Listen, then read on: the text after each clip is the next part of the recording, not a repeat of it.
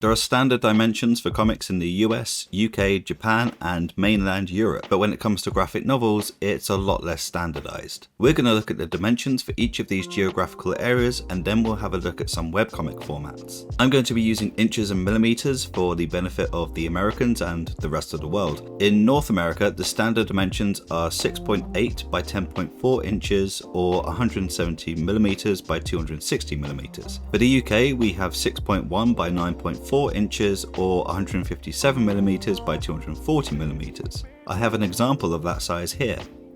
Available now. For Japanese comics, you're looking at 5 inches by 7 inches or 128 millimeters by 182 millimeters, but this can increase to 5.8 by 8.2 inches or 148 millimeters by 210 millimeters. Finally, for mainland Europe like France, the dimensions are going to be something like 9.4 by 12.6 inches or 240 millimeters by 320 millimeters. Ugh, that's a lot of numbers. But what can you do with this information? Well, I'm glad you asked, because we're going to note this information down and we're going to find a printer and ask them. Well, I'm not going to, but you will. Why? Because printers are your best friend and they will be able to give you the best information. It may be cheaper to print at a certain size, or they may not be able to print at a European size, for example. But now that you know what these numbers are and what they mean, you can make a more informed choice about the size of your comic. If you're going for a bigger graphic novel, you may want to go a bit bigger, but that's going to depend on how many pages you have. If you have 20 pages, then I wouldn't go too big. If you're in the UK, your instincts might tell you to print on A4, which is a standard paper size here.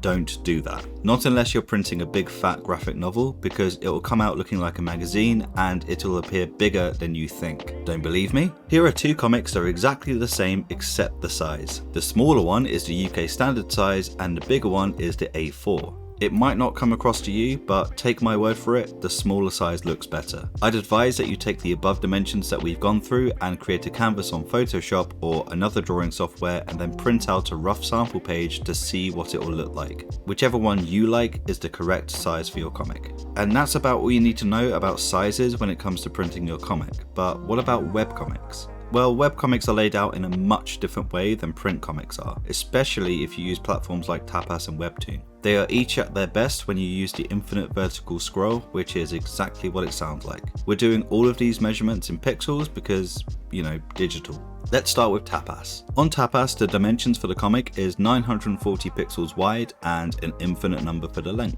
Webtoon's dimensions are a little less with 800 pixels wide and again an infinite number for the length. I'll add though that for Webtoon the vertical size of the panel is 1280 pixels, but I don't think this is a hard and fast rule, but I may be wrong about that. In any event, whether you use one of these two platforms, your own website or some other website, take the width pixel measurements and times it by 3. So if it's 940, your canvas will be 2820 pixels wide. If it's 800, then your canvas will be 2400 pixels wide. The reason for this is to do with scaling and resizing your artwork. If your computer allows it, then work even bigger than that. But I'd say as a general rule, times the dimensions by 3. Your artwork won't lose quality if you reduce it in size, but it will lose quality if you need to increase it in size. So if you work big and your master files are big, then they can be preserved in case you want to put them elsewhere, like on merchandise, another website, or you want to print it off later on down the line. If you want to create just a webcomic, it might be worth creating in a traditional format first and then converting it later, because you'll want the option of printing in the future in your back pocket.